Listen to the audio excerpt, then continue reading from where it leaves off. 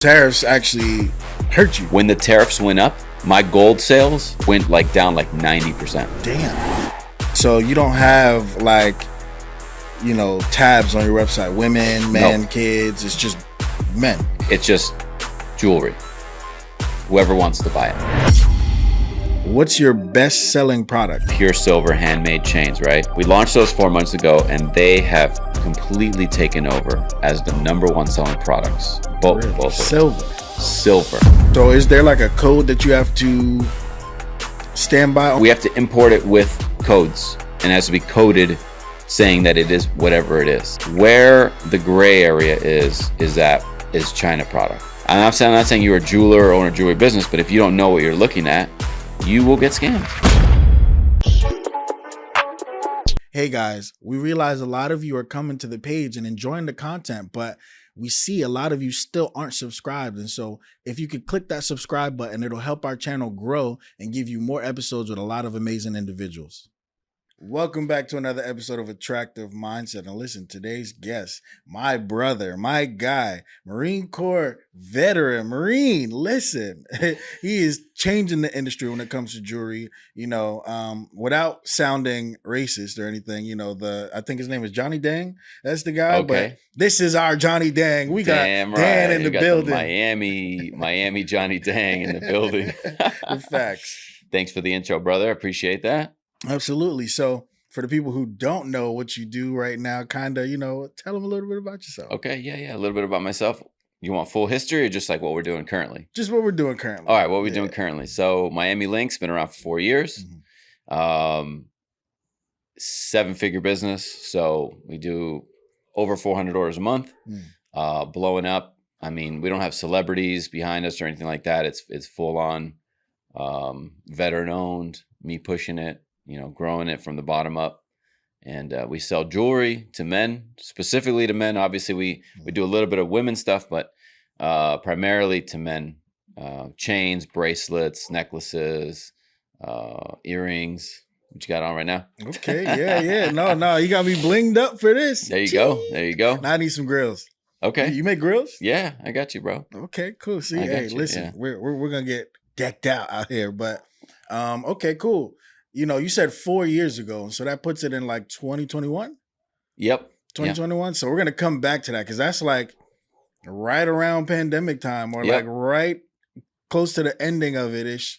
But it was toward the end of the year, so it was more towards 22. But the idea came about, open the LLC, all that stuff in 21. Got it. Okay. So before we go there, basically what I like to focus on is getting people to understand who they're doing business with. And so how you got to where you are today. So we're going to take it back a little bit to talk about who Daniel is.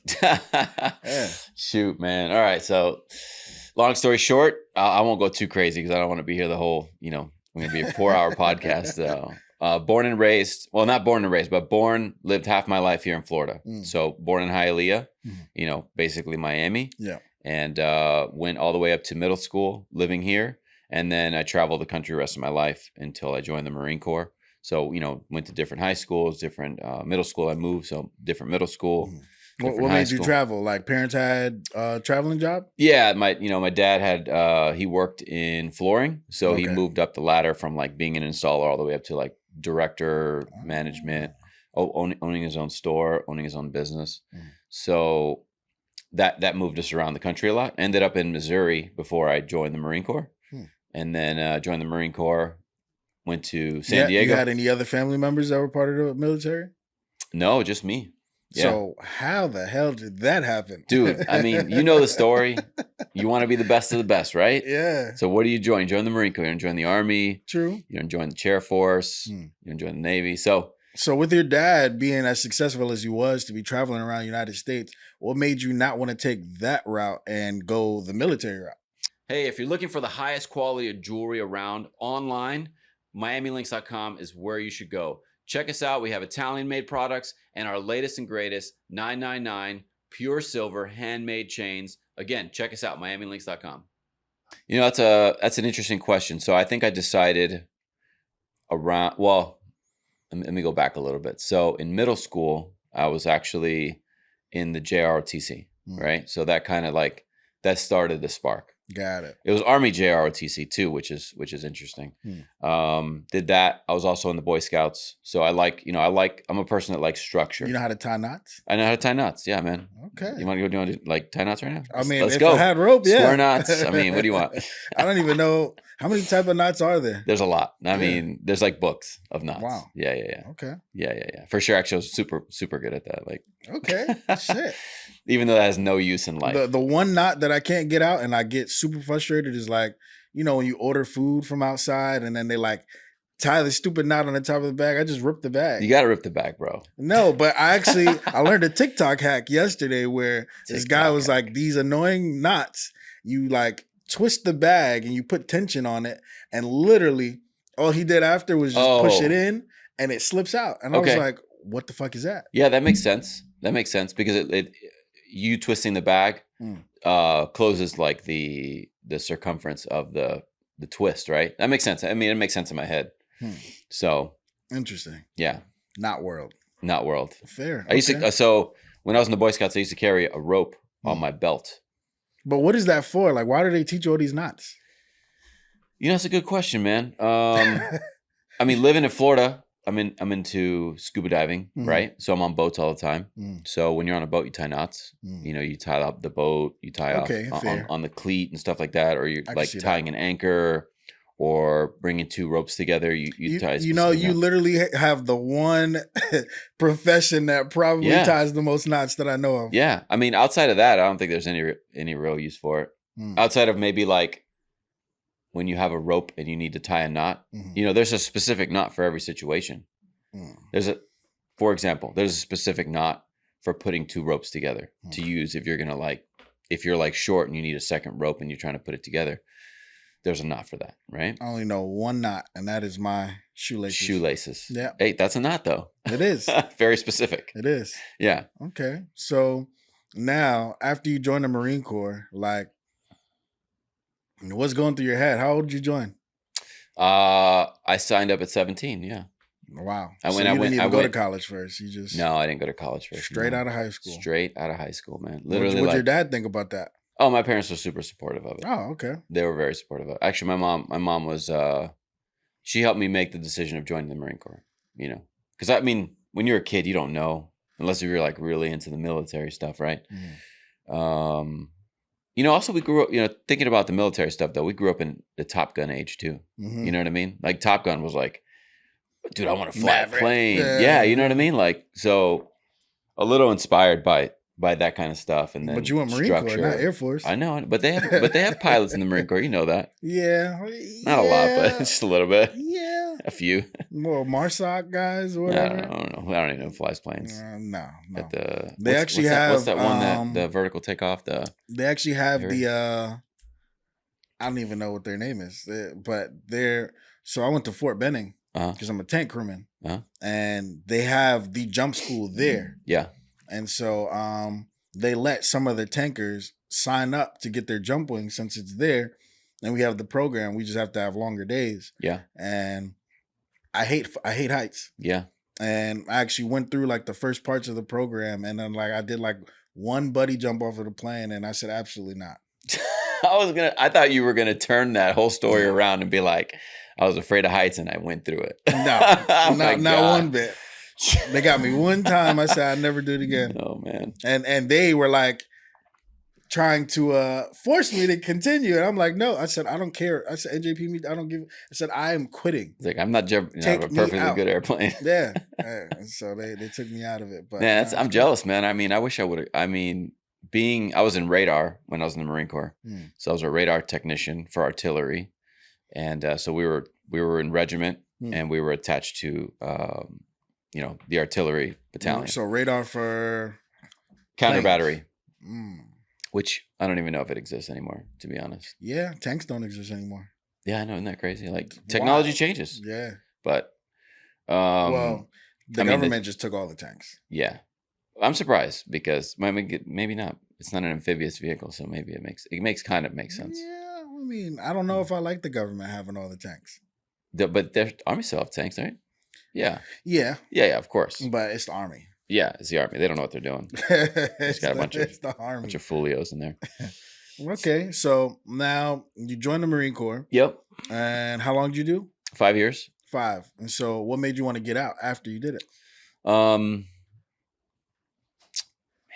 it's a good question. I'm gonna say probably the money, to be honest. You know, Barracks life. bro, Three chow hall meals a day wasn't cutting it. No, I mean I lived off base, so because I was a sergeant, I was an E5. So, but even as an E5 at 5 years, you're barely making like $30,000 a year. Yeah.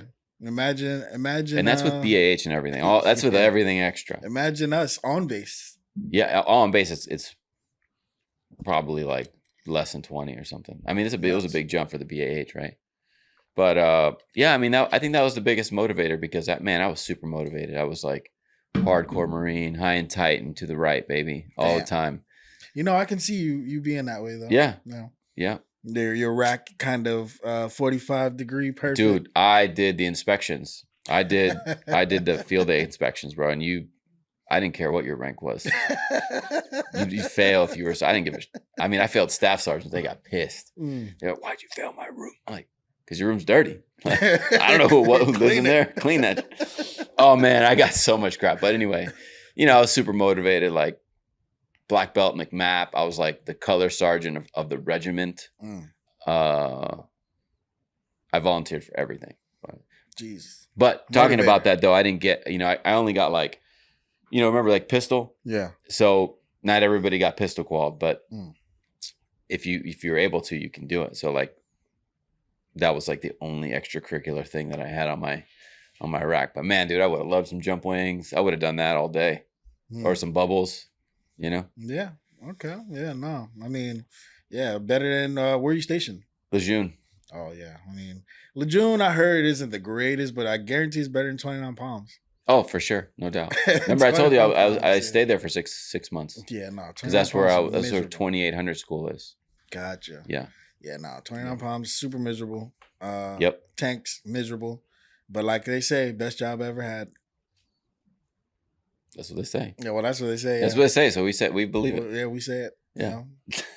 Actuality, I don't know. Yeah. But okay, cool. So now when you get out, you're 22-ish. Yeah, 23. Yeah. And so you come back to Miami or? No. So immediately got out and lived in North Carolina because that's where my family lived at the time. They lived like 4 hours away from base. So immediately lived there, did the whole screwed off for a year, worked at a gym as a fitness trainer, whatever. Basically just like chase tail all day, So. Yeah. Hope that's probably gonna get cut out. But yeah, so that's all I did, and then a year went by, and I was like, I got to do something because like the fitness industry, even at the time, was just it's unrealistic. Working at a gym, to be honest, is like it's not a permanent career. Yeah, no, you got a lot of commissions. Yeah, it's commission, but also like there's a lot of turnaround. I mean, if you ever next time you go to the gym, 6 months later you go to the gym, all the people are gone. They're all new. Clearly, I haven't been to the gym in quite some time. The last time you went to the gym, you go to the same gym now, they're all going to be different. So there you go. Yeah. So yeah, screwed off for a year, and then I decided I was like, I actually went back to a Marine Corps job recruiter, and she gave me 3 options. She says, "Okay, do you want to stay local? Do you want to move a few hours away, or do you want to move far?" And I was like, I think this would be a good time to like just start fresh. So I decided to take a job in Texas. So I went into oil and gas. And for the next 8 years, I worked in oil and gas from being a technician all the way up to management. So you joined again? No. Oil and gas in contractor. Yeah. Gotcha. Yeah.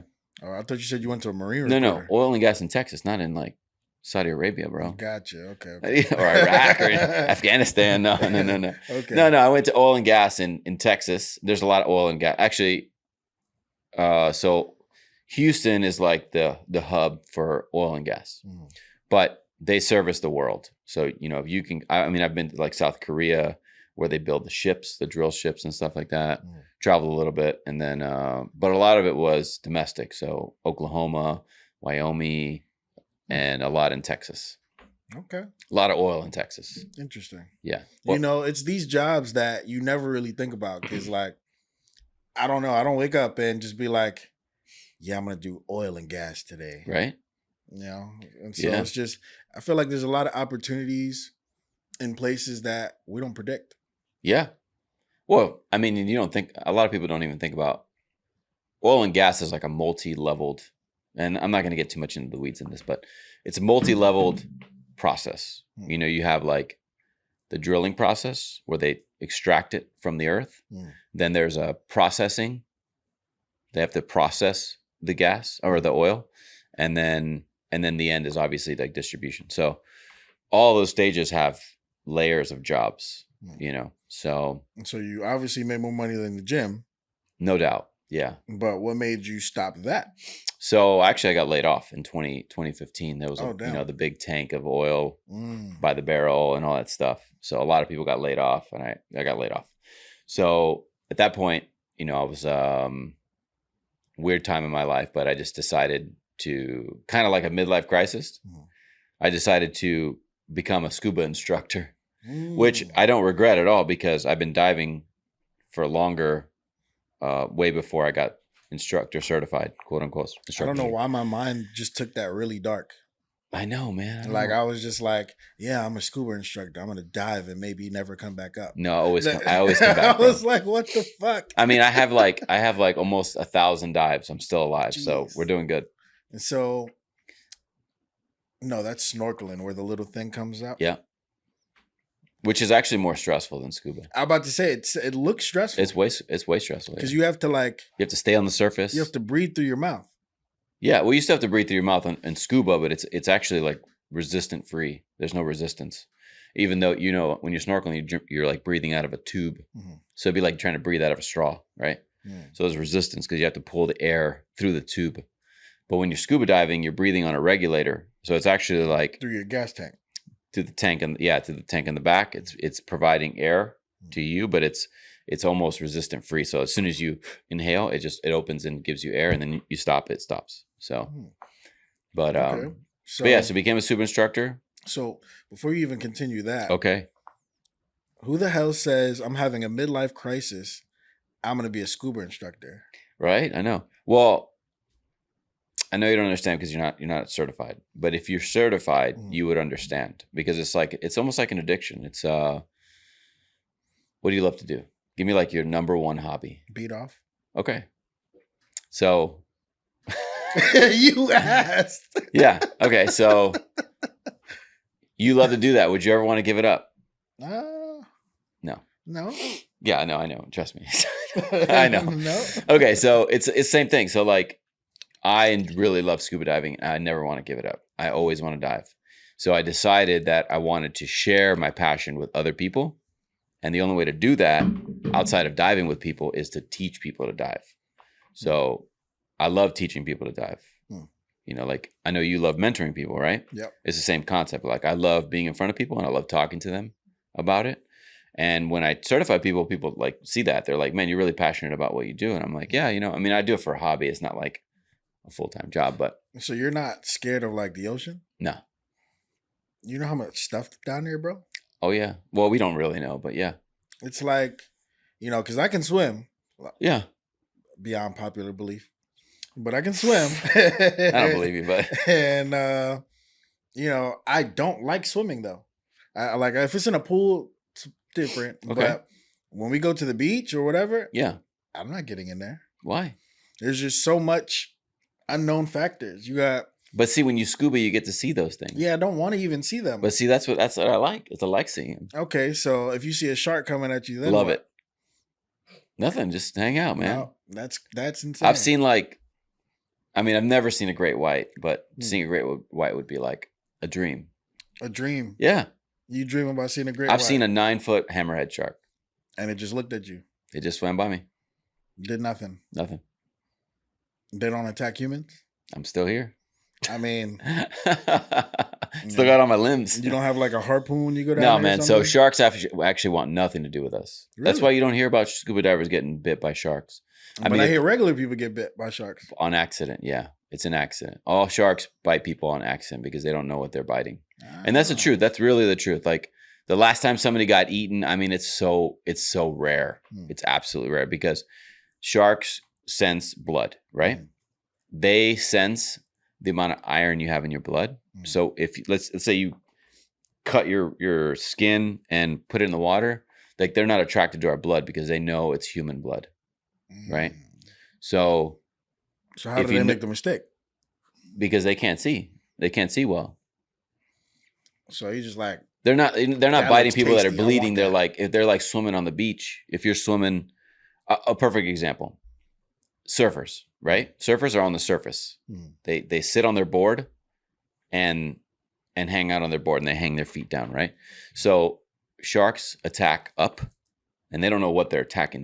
They're like, there's something up there. It could be a bird, a seal. Typically surfing's in cold places where there's a lot of seals. So they're like, it's a seal or a turtle or something. So they attack it, right?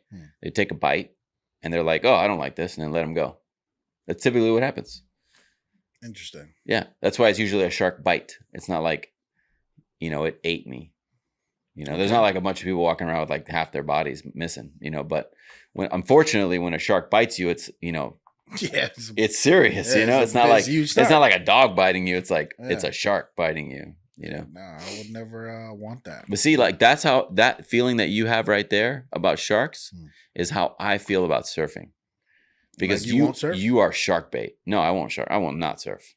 So you'll go down and swim with them, but I will go down and swim with them where we can see each other. We're eye to eye. So what would happen if he like tried to bite you? They're not going to. I mean, they see you down there. They're not going to mistake you. It's a lot of confidence. Absolutely. You ever been freaked out by sharks in the water? Oh, for sure, absolutely. Yeah, there's situations you get into sometimes especially when you get more advanced and you push your limits.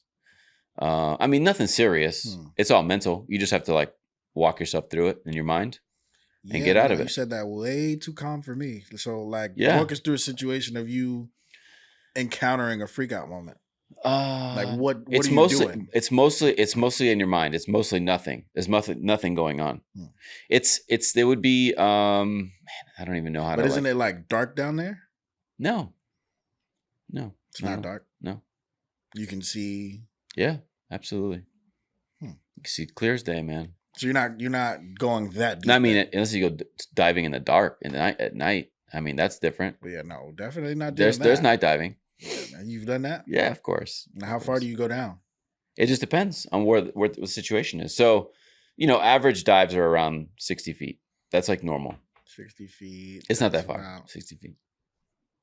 How far is that? I mean, you said 60 feet. How far is the floor? 12 feet? Yeah. Yeah, so like 6 floors, roughly. 5 floors. 6 floors. It's really not. If you laid out a tape and measured 60 feet, you'd be like, oh, that's not that crazy. And when you're a beginner, you don't dive to 60 feet. You dive to like 10, 20, 10. 30 feet. Yeah. So if you measure out 30 feet, you'd be like, well, how wide is this room? Let's say it's like 15 feet. What's the deepest dive somebody's ever done? Oh, that's a good question. So as far as I remember, the deepest scuba dive, which is different because you're on air, is around 1,000 feet. That's deep. That's deep. Yeah. That's dark down there. Where's the what level does it start getting dark? And then what level do your ears start like compressing? None. No, theoretically, you can dive to the bottom of the ocean. Really? Theoretically. Like your body can handle that pressure. Because as you go down, you equalize your pressure. So the spaces in your ears compress, but you equalize them and make them back to normal. So theoretically, if you were to go from the surface, you could go all the way down to the Mariana Trench.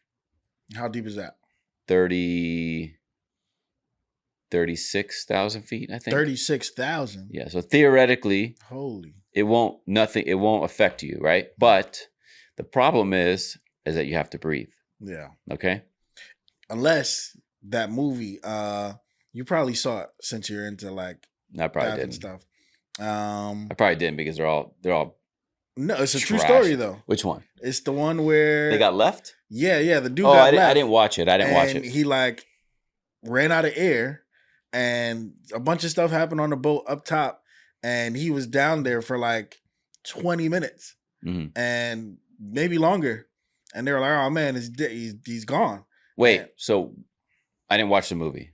So did you watch it? Yeah. Okay, so let me take a step back. Hold that thought real quick. Okay. Let's talk about diving. Okay. We're gonna go down this rabbit hole real quick. I'm gonna try to give you a theory of diving. Okay. Okay.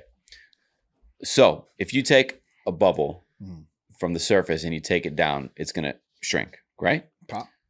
No, it'll shrink. Okay. It won't pop. Depending on the material, right? Yes. It'll shrink. So when you breathe in and out with a tank, you normalize the size. So if you have a 1 cubic foot square and you took it down, it would shrink. But as soon as you start breathing again, it goes back to 1 cubic foot.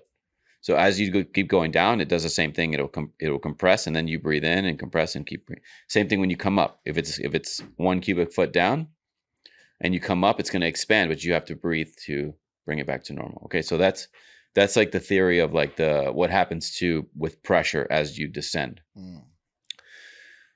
The other part of diving is the air that you're breathing. So you're breathing oxygen on your tank, which is what we breathe up here. So it's just basically this air in the tank, right? Got it. 21% oxygen, 79% nitrogen.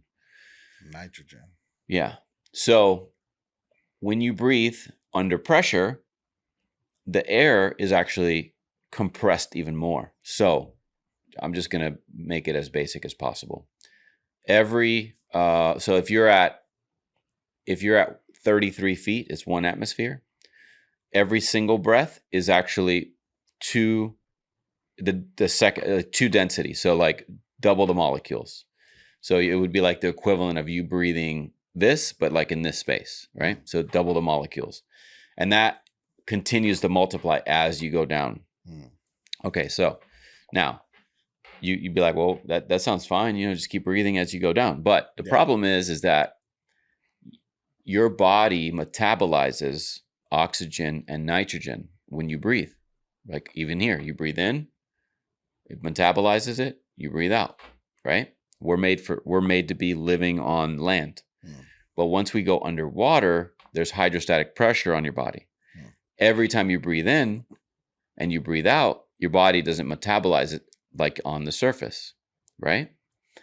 That's why the deeper you go, the slower you have to come up. Okay? So now let's put this into what we were talking about, the deepest scuba dive.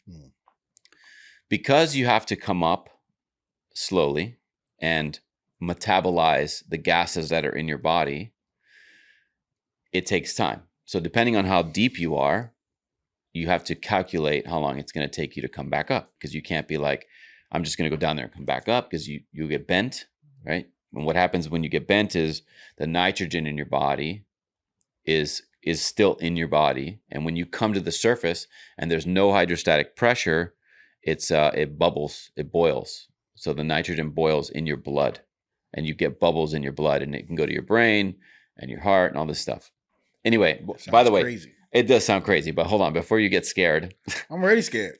All that stuff happens when you go beyond recreational diving. It's literally like the equivalent of like you driving a car and then you flying a spaceship. So it's like you have to be trained to fly a spaceship. You barely have to be trained to drive a car. So it's the same thing. Like recreational diving is like driving a car. Technical diving, which is what I'm talking about now, is like driving, different levels, like driving a race car, driving a plane, driving a spaceship. Diving to 1,000 feet would be the equivalent of flying a spaceship. Like you have to be so trained to do that so you don't die, right? So anyway, 1,000 feet. There's a video online, you can watch it, but it took him 15 minutes to go down to 1,000 feet.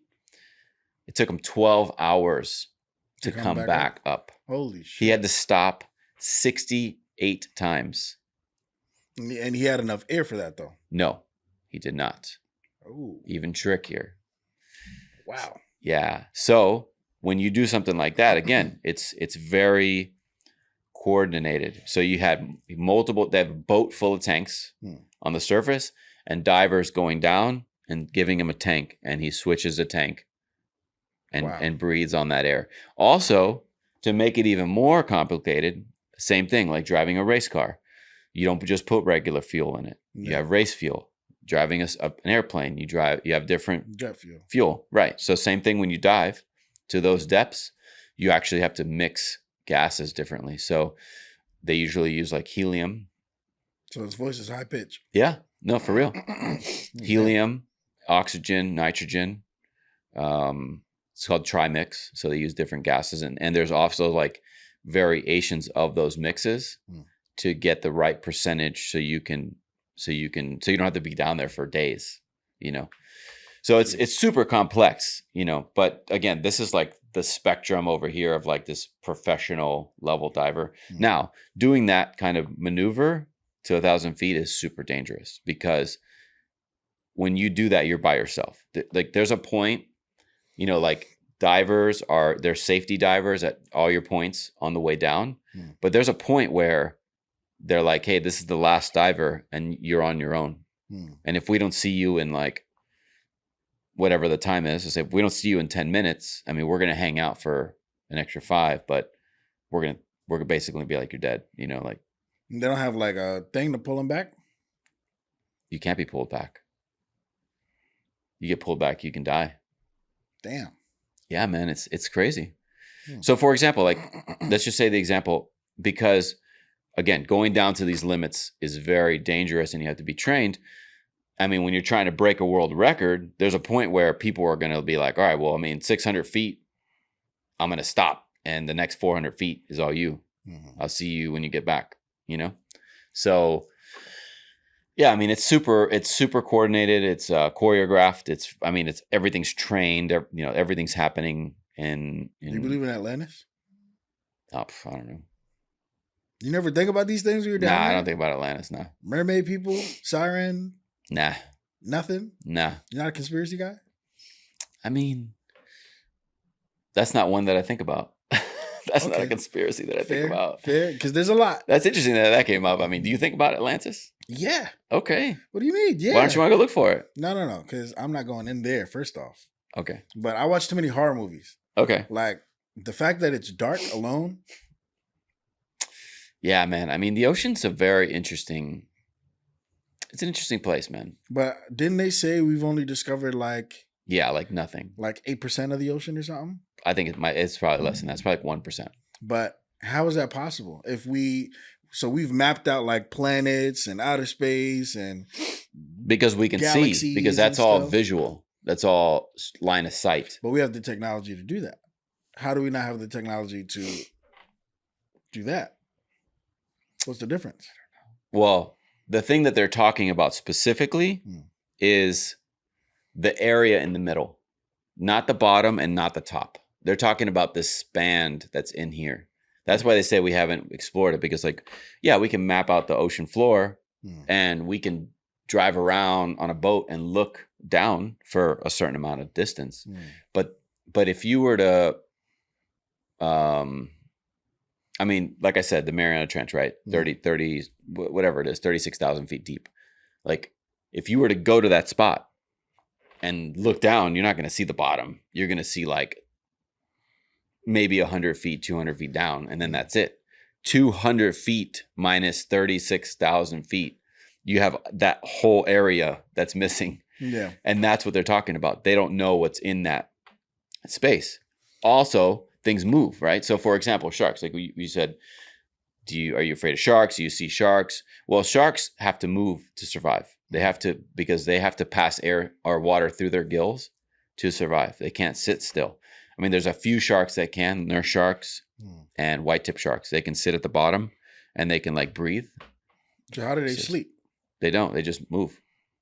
Just They shut their awake. brain off. Dolphins the same way. Dolphins shut their brain off and move. Like they turn off like it's interesting. A lot of their brain, and they just kind of go through the motions, and which is crazy. They just bob up and down because they have to breathe, right? Dolphins have to breathe from the surface. They're mammals. They have to breathe air. Yeah. I feel like there's just so much conspiracy around the ocean. Like you can't even talk to dolphins. It's illegal. What? Yeah. Never heard that. It's illegal. I never heard that in my life. It's illegal to talk to dolphins. And they say because they're highly intelligent. That sounds like a conspiracy theory. It's real though. I gotta see You can this. look it up. I gotta look. Like, where's ChatGPT? Where you it's at? It's a real thing. But they say you can't talk to dolphins. And you never watch like these TikTok stuff where. No, I don't watch TikTok. Fair. I don't even open TikTok on my phone. That's terrible. Why? I hate it. Fair. I hate social media, man. You do. You did tell me this. We did watch that. What was it? Oh, the yeah. The what was the name of it? The Social Dilemma. Yeah, Social Dilemma. It's pretty bad. It's pretty bad. And you know what's like crazy? With control, it's not that bad. With control. Yeah. But you and I know how to control ourselves. Yeah. A lot of people don't know how to control themselves. Yeah. That's really the problem. Yeah. You see that with kids because they don't know what control is. And then you see that with old people because they don't know what control is. In my opinion, those are the people that I see the most. Because I remember when like Facebook was really big. I mean, it's still big, but it's not like it used to be, where Facebook was like the only platform.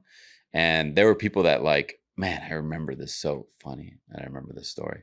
But there was people that would scroll backwards to find the last post they were on just so they can catch up all the time. And I'm just like, what? Why? Like, what?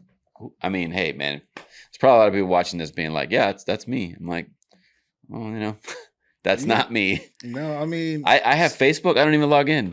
Yeah, I mean, I barely log into Facebook anymore, but I definitely am on Instagram a lot. Me too. I'm on Instagram a lot because that's like my main, Meta's our main platform. Yeah. So the nice thing about Instagram is that when I post on Instagram, it goes to Facebook. So I never really have to go. I mean, I have to go on and like, I actually dread it right now. I'm dreading going through the comment section. Really? Because you want to respond back? Yeah. I want to because a lot of people ask questions and stuff like that. But I also like talking crap on there. It's fun. It makes it. People get so surprised. They're immersive, like, yeah. I mean, but that's also advertising and marketing too, because you have like a lot of these big brands that do that, and it's a tactic. Like Slim Jim is commenting under World Star video posts, or Sour Patch. They had a whole ordeal the other day where it was like the other candy companies ganged up on Sour Patch. Well, you didn't even see it because you don't like. I don't see it, but man, so they ganged up on Sour Patch, and they changed their name because they were like, oh, you got your panties in a bunch, or you got your sour or something. So they made like a public display, and they were like, we're no longer Sour Patch Kids, we're just Patch Kids, or that's something so like stupid, that. Man. And they actually changed their name, and they went through this whole thing. Wow. And it got really big though. But I feel like that's the day. It got so big that I never heard about it.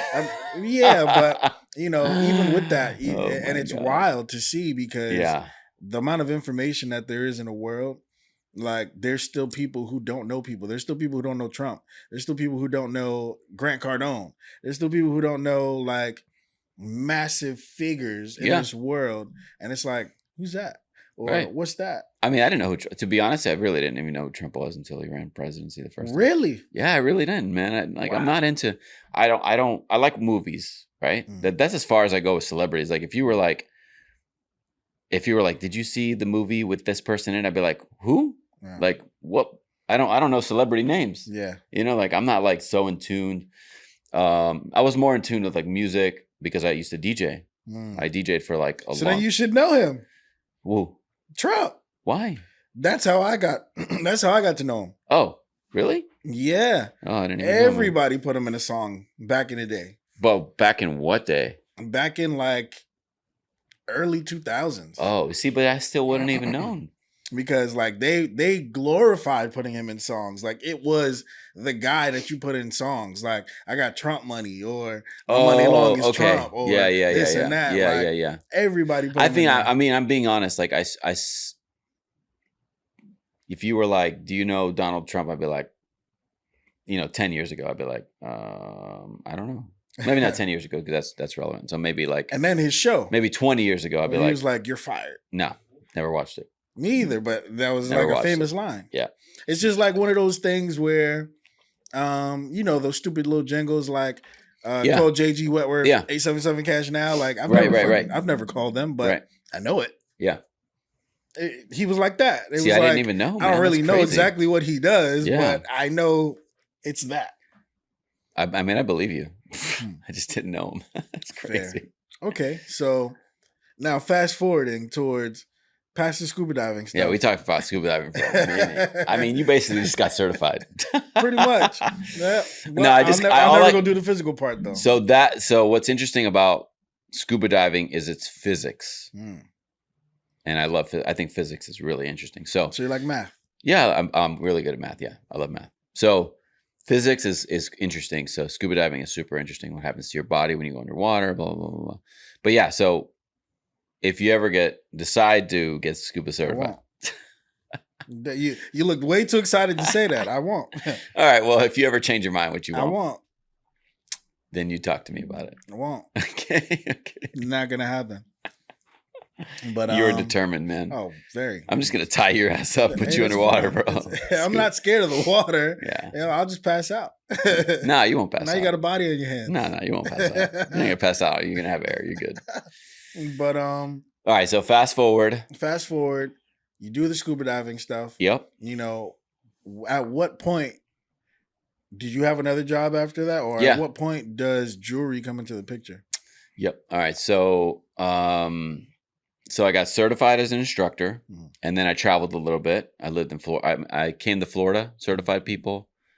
I did it in Texas for a little while, and then I moved to Hawaii and lived in Hawaii for 6 months and taught scuba in Hawaii, which is epic. Like, talk about a real cool place to live. Like that place is dope. Very expensive though. So unfortunately I ran out of money. I met my wife in Hawaii because she was a diver. Hawaiian? No, she was a diver and she was there on vacation. And so then I decided that I needed to leave Hawaii because it's too expensive to survive. So more expensive than Miami? No, actually, it's probably close. To be honest, yeah, it's expensive. It's really expensive, man. You can't buy. I mean, buying a house there is like literally like buying a house here. It's expensive, millions, yeah. So relative cost of living is high. Plus, everything's imported because it's an island, so it makes it even more expensive. Just gas, food, everything's expensive. Interesting. So, met my wife, and I decided. I said, okay, I'm leaving Hawaii. Where am I going to go? I'm either going to go to Florida, or I'm going to try to make the relationship work and move to where she was from, which she was from the Bay Area. So I moved to the Bay Area. We got another job. I worked for a construction company. So basically just continued on like management. So I went from, like a manager in oil and gas, and I just transferred that over and started doing construction. And I was a project manager for a company, and then became an operations manager for a company. And then we decided we wanted to move from the Bay Area during COVID because it was you talk about COVID being weird here. Like that place was like 100 times worse. Oh, I can imagine. Yeah, everything you saw on the TV was real. Like that all happened over there. Damn. Like showing your dental records to go out to dinner kind of thing. You know what I mean? Like it was ridiculous. Yeah. Yeah. So anyway, we decided we want to leave the Bay Area. And I was going to transfer with the company I was working for, but they decided, after we actually were like, we decided she works for a big company. And she asked the company if she can move, and they'd move her, and they gave her the okay. So we had everything in line. And then the company I was working for said, never mind. So I was like, well, never mind. I'm leaving. Yeah. So I left. So I moved here. And then I was like, this is a good time to like, e-com was big at the time, right? I mean, everything's online. Everything's online. So I was like, I really want to learn how to start an online business. It's the equivalent of like 20 years ago being like, oh, I want to start a business, right? So I was like, I want to start a business, do it online. And I decided jewelry because I have a friend that's in the jewelry industry, and he kind of like, I pitched him the idea, right? And then I ran with it. He's like, it's a good idea. You should do it. That's rain. Yeah, it sounds like it's raining. So pitched him the idea. He's like, that's a good idea. You should do it. And so I actually joined a mentorship group. Like an e-commerce mentorship group. Met a lot of people, a lot of successful e-com people, very normal people, not like, not like at the level of some of these e-com groups that you go to, and there's like people in there that are unrealistic. Yeah. You're like, I'm the owner of M&M's. You're like, you're not an e-com business. Like I want to meet, I met like the founder of Built, BYLT. I have no idea what that is. It's a clothing brand. They're huge right now. So I met the guy that launched it. He's a young guy, like in his 30s. I think he probably sold the business, but met him. I met the owner of Club Early Bird. I know that one. Okay. You know, yeah, we talked about that. Yeah. So I met him. He sold that business too. Snow teeth whitening. Met them. Bunch of other brands. Learned from them. Learned, you know, what they were doing before I even opened up Miami Links. You know, I had already said, all right, I'm going to open up Miami Links, which we'll talk about that next. But, you know, in the mentorship group while I was there was kind of like trying to build the business before I launched it. But yeah, I had a lot of help, man. I mean, I met the people that are running my marketing. I met there. The people that are running my emails are from there. Fire. Yeah, and they're really good at what they do. I mean, they're amazing. I mean, I wouldn't be where I'm at right now without them, to be honest. You know? So, do you actually make sales through email? Oh my God, absolutely, dude. Like 30% of our revenue is through email. Absolutely. So, how do you get? Okay, so we're gonna go super masterclass with this ecom. Yeah, let's go masterclass. Let's go ecom. How do you even get new emails circulating into your list? That's a very good question. So, the only way to get new emails is to drive people to your business, right? I mean, emails don't just come up out of thin air. Yeah. So same way, if you had a storefront and you're like, I need to get phone numbers and emails, how do I do that? Every time somebody walks in the store, you can gather that information. So it's the same thing online. Every time somebody comes to my page, ideally, I mean, it's not misleading or malicious. It's the idea is like when people love your brand, they want to know about what's going on, right? So a lot of times people sign up to subscribe so they learn about what's going on. Like a newsletter. Like a newsletter kind of thing. Do you attach like a... discounts. Okay. Absolutely. Discount. Yeah. Always. You got to give them an offer. People want something for their contact information, which is fine at the end of the day. Like that's why we have a lot of pop-ups. Everybody has pop-ups on their site, and that's the idea behind it. So that's how we gather subscriptions. And I mean, again, nothing malicious. The idea behind it is like, hey, guys, I launched a new product. Who's interested? Right? And a lot of people be like, oh, damn, I was looking for that.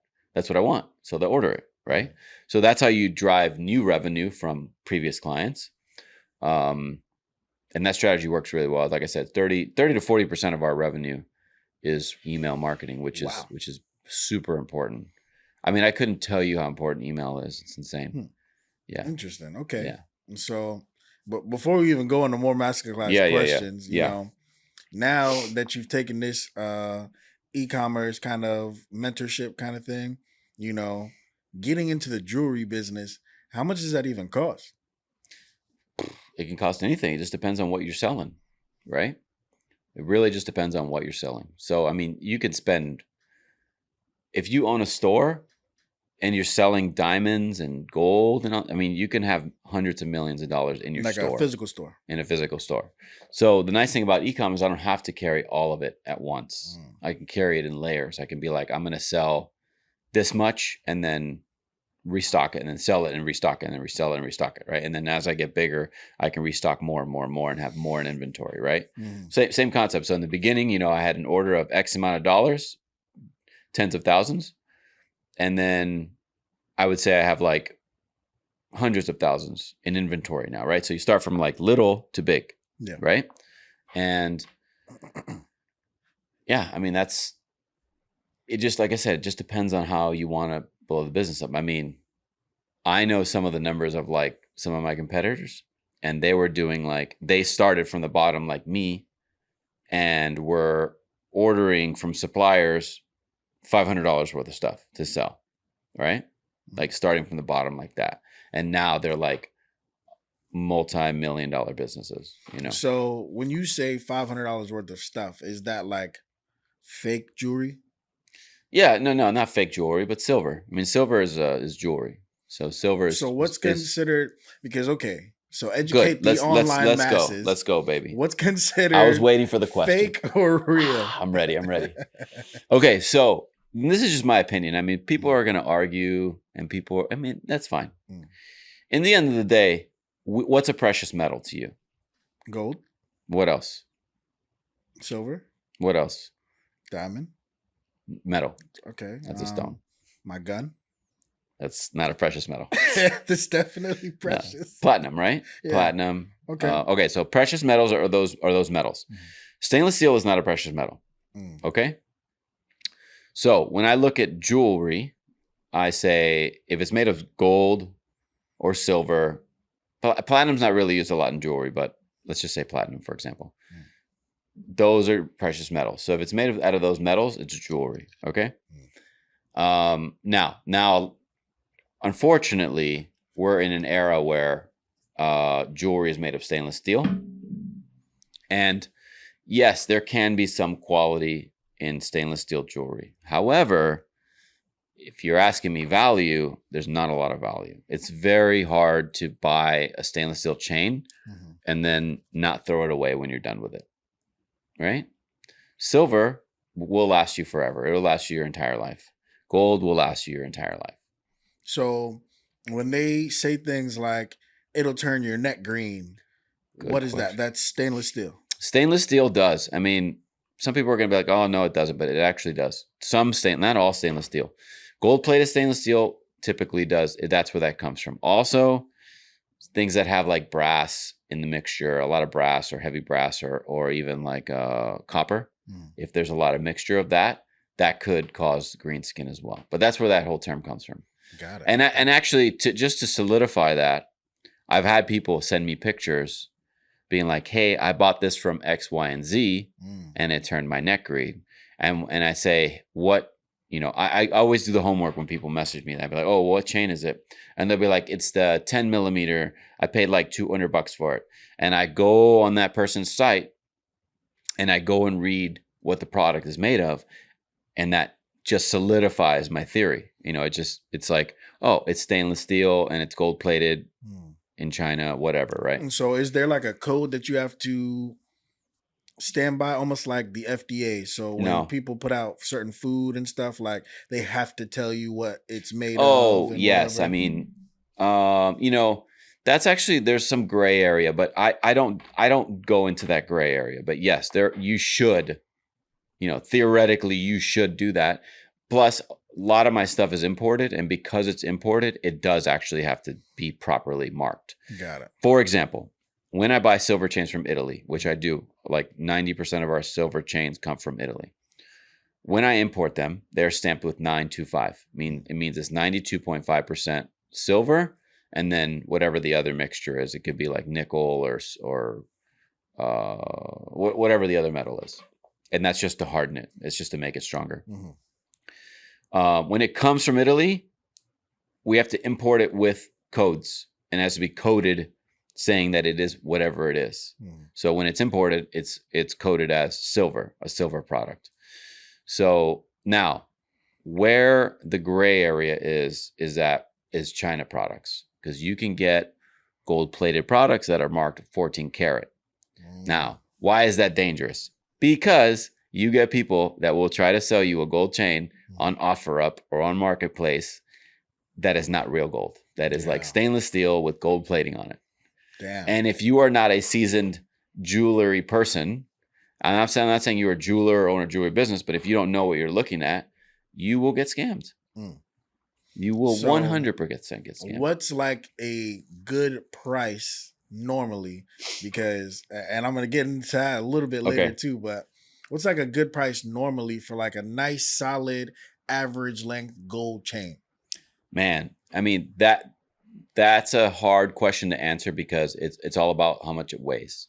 So if you want a nice size chain, especially the way the market is now, I mean, it could be $10,000. Gold is super expensive right now. I want to pull the numbers up, but it's exponentially gone up in a year. It's gone like 15% up, which is huge. So it's a good time to buy gold? I don't even know how to answer that question because I think it depends on your intentions, right? Long term, always a good idea. It's just like real estate, right? Yeah. You understand this. The people that are like, oh, it's not a good time to buy. And it's like, well, is it ever really or not? Or what is it? It just depends on your intention. If you're trying to flip a property, right now is not a good time to buy. 100%. But if you're like, I'm going to buy a house and hold it for the next 30 years, then you know that it's always a good idea, right? So it's the same thing with a chain, you know. Gold jewelry is supposed to last you forever. So in my opinion, buying a solid gold chain is always a good investment. Okay. Yeah. Now you got to think, like, this is another thing, people. I'm going to talk about gold chains right now too, because this is interesting. If you walk into a big name box store, I won't say any names. I don't want to get banned. If you walk into a big name box store, you're going to pay a lot of money for a gold chain, and there's a lot of markup, but they have a lot of overhead. They have salespeople, security, displays, blah, blah, blah. A lot of stuff, right? So there's a big markup. Now, online businesses, a little bit more competitive. We don't have as much overhead, right? So a lot of the online businesses, a lot of my competitors, when we're talking about solid gold specifically, we're usually around the same price for gold. Now, where that changes is depending on where the gold is from. So if I buy gold from Italy, there's a markup because of tariffs, especially right now. I was just talking to a customer on the phone. I said, you know, it really just depends on what you want. If you really want to pay the premium for an Italian chain, it's really well made. It's there's no variations of it. Like if you buy an Italian chain from here, they're all going to match because the Italians do it a certain way, like Ferraris, Lamborghini, you know. So there's a premium, unfortunately, especially right now with the new tariffs, you're going to pay. Now, if you're okay with a little bit of variation in color, then a handmade chain is perfectly fine. You'll pay a little less, right? But labor is expensive in the US, so you'll pay more labor-wise, but you don't have to pay the extra tariffs. So kind of doing what is wanted is you want to manufacture stuff in the US now, right? So we're giving business. Tariffs actually hurt you. Oh yeah, big time. Yeah, absolutely. Jeez. Okay.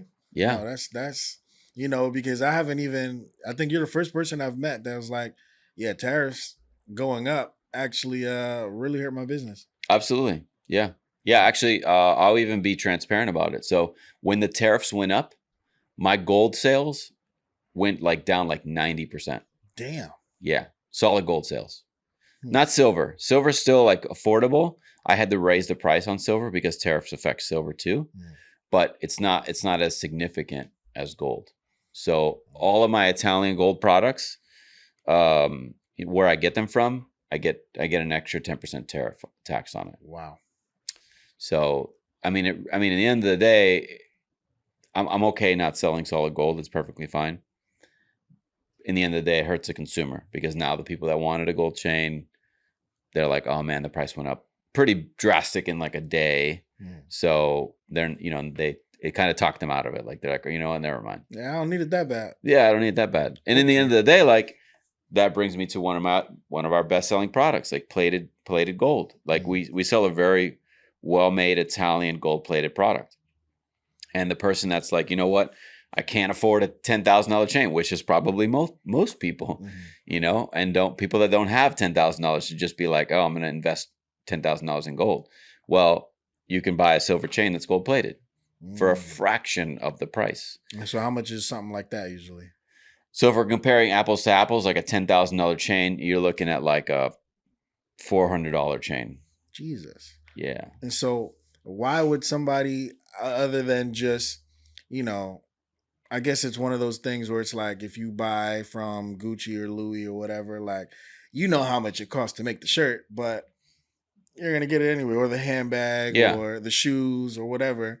They're just doing it for the value sake. And so, with Rolex or different watch companies, there's processes that you have to go through, especially when you're spending that much money on a watch. You go get a Rolex and, depending on the type that you get, you can only get one in a certain amount of time. And then you get an actual, if it ever gets stolen or sold, they know whose Rolex it is. Serialized. Is that the same way for jewelry since it's costing that much? No. So gold, no. A gold chain, no, because unfortunately you could just melt it. Diamonds, yes. But this is a very interesting topic. So let's go back to the beginning. So everything that Rolex does is smart. I'm not hating on them. I think it's very smart, but it's all a marketing tactic. Because in the end of the day, there's plenty of Rolexes out there. Yeah. Right. And really, value goes up by demand. So they just make it seem more exclusive. Yeah. And in the end of the day, like, I love them because I get these comments all the time. People were like, yeah, but what about a stainless steel watch? Why is it worth $10,000? I'm like, because it's the demand. In the end of the day, like, the value is really not there. You know, there's a lot of watch companies. You can go walk into the what's the name of that district? Where you go shopping in Miami? Aventura? Nah, the Design District. Oh, okay. Design District, right? Design District has like every big watch name. There. I'm not rich. I know. I don't need. I mean, I've only been there like twice, so I look forward to the day I go shopping there. No, I'm just kidding. I don't need that. Anyway, yeah, you go walk into. I'll give you a perfect example, which is it's sad, unfortunately, but you walk into like a Hublot store. Hublot. Right? Hublot. It's a watch brand. Okay. Yeah. Oh, the one with the T. It's a H. Yeah, H. At the end, though. Yeah. Yeah, I never pronounce it as Hublot. Oh, it's like, yeah, Hublot. Yep. I always, yeah. Yeah. Blow my mind. So, all right. So, perfect example, right? They have beautiful pieces, and I think their mechanics are beautiful. It's like art, you know. That's what watches are for. But if you're a person that's like, I want my investment to grow, I want to buy a watch, and I want it to be at least the same value when I sell it, right? You walk into that store, the second you walk out of that store, it's for 50% less. Unfortunately. So like a car. Yeah, some cars. Yeah, some cars. Take it off the lot, that value immediately goes. Yeah, but the difference between, well, I guess you can kind of do the same thing with a car, but like if you don't drive it and you park in the garage, you know, it's the same thing with a watch. A lot of people keep their watches. Vintage. They only wear them really nice, but still, same thing. I mean, you can buy a Hublot brand new, literally keep it in the box. For 1 year, never wear it. Go to try to sell it. You're going to only get 50%. That's crazy. Yeah. Now, Rolex, because they're so popular in demand, they hold value. They hold value. Now, not all of them do. Some of them do. And it's not all of them. Like, you can't go do that with the solid gold. Like, if you go buy the $50,000, whatever, Sky Dweller, let's just say. Got it. Okay. You're not going to be able to resell it for what you bought it for. The solid gold, the full gold, the stainless and the two-tone, maybe you probably can make money on it. Some of them you can make money, you know. Okay. Depends on what they are. But again, it's all homework, man. I mean, it sounds like it. It's just research. Like, for example, like right now, like Porsche, right? I don't know what it is. I mean, I love Porsche. I'm a big Porsche fan, but Porsches hold their value long term. Like if you go right now and search for like a 911 turbo, right? A 7-year-old turbo is going to be almost as much as a brand new turbo, which is crazy. That doesn't happen. Yeah. You know what I mean? Not even Ferrari right now. Like, I mean, even Ferraris, you go and you want like a 488 and it'll be like $100,000 less than when you could have bought it new, right? Okay. So, in the end of the day, like cars are fun. They're drive, I always buy used. The markup on jewelry, I don't know where I was going with all that, but the markup, well, I think we were talking about like serializing stuff. Yeah. All right, so let's talk about jewelry. So the downfall to a chain, it's not serialized because the second, if somebody steals this, if they're smart and they don't really care about the look or want it, they're going to go get it melted. And you can get a lot of the value back in melt. Now, obviously... Like they pay you. Yeah, they pay you. Yeah. Okay. Yeah. I'm interested. Yeah. Teaching people how to be crooks. Basically. Okay. Yeah. Yeah. And so now there's a hot topic that I know for a fact, because when I was younger, I don't think, it might have existed, but it definitely wasn't what it is now. Where I think I know what you're going to ask, but let's go. Moissanite hit the scene. Okay. And now we live in this realm I thought you were talking about lab diamonds, but keep going. Well, yeah, even with the lab diamonds, now you have diamonds, lab diamonds, moissanite. Right. And I've seen more people than ever with big chains and doing this and that and whatever and all of those stuff. And so, what led the moissanite revolution? Yeah, so I don't know too much about like the scientific part of it, as outside of like what the difference is between the stones. Is it real? Lab? Moissanite. Moissanite. What do you mean is it real? Like, what is it? It's because a stone. it passes the diamond tester, right? Yes, sometimes. It just depends on the diamond tester. But oh man, this is a really in-depth topic. So all right, so let's talk about what is moissanite. So moissanite is a gem. If I'm not mistaken, it's fully lab grown. So because it's called moissanite and not a diamond, it has a different category of a gem. So it has a different shine, a slightly different shine than a diamond, right? Again, it's not a diamond, it's called a moissanite. So the shine is a little bit different than a diamond. And the most important part of it is it's the spectrum on how hard it is. So if you look up like why a diamond is a diamond, why is it called a diamond? Why is it so expensive? Blah, blah, blah. Besides the rarity, it's the hardness of the stone. So like, you ever seen the videos where somebody puts a diamond down and they hit it with a hammer? Yeah. And it doesn't break? Because it's a diamond. It's the hardest gem on the planet. So that's why we pay so much? I mean, no, that's not why you pay for it so much. I mean, I'm about to say, let's just be real. Breakable or what? No. So I'm just talking about hardness. So hardness right now, diamond is the hardest. The second one would be moissanite. So it's the next hardest gem. Okay.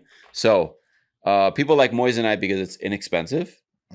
I love moissanite too. I'm wearing this tennis is moissanite. So it's beautiful. It's a beautiful piece. I have nothing bad against moissanite whatsoever.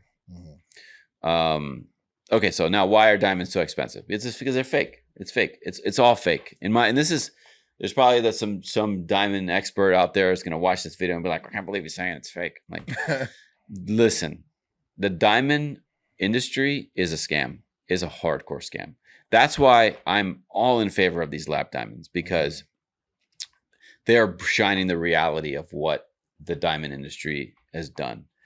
You telling me a stone that comes from the earth costs $300,000? Like, give me a break. Sounds like insurance. Yeah, exactly. So, that's all been.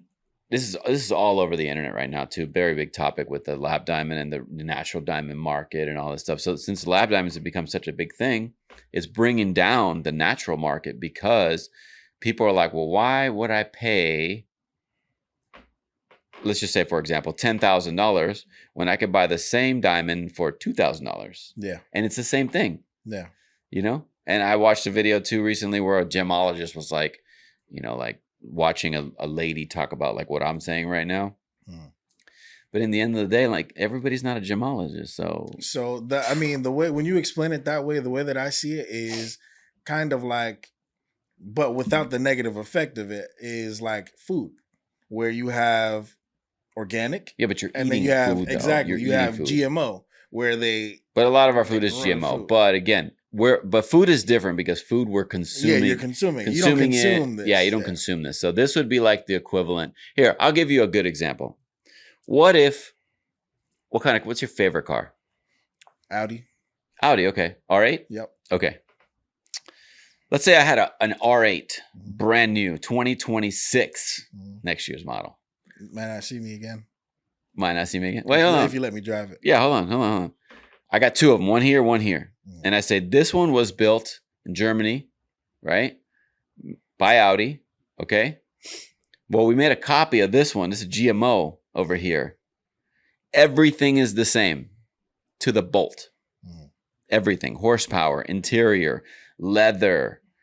We just found a way to, whatever it is, make the metal cheaper to put it together, assemble it together. Oh, this one was assembled by robots and this one was assembled by people. So you had to pay people more money. This one was assembled by robots. I think I understand. So and now you cannot tell the difference between them. But the only thing that you and I know is where they are from. So it's like a basketball jersey from that Jordan wore in his actual game versus one that you ordered online.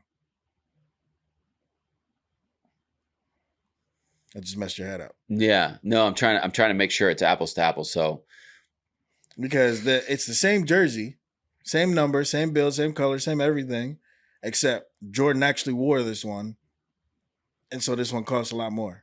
No, that's not a good comparison because that's Okay. different because that would be like a souvenir. That would be like something that's like rare, like art or something. So, oh man, what's a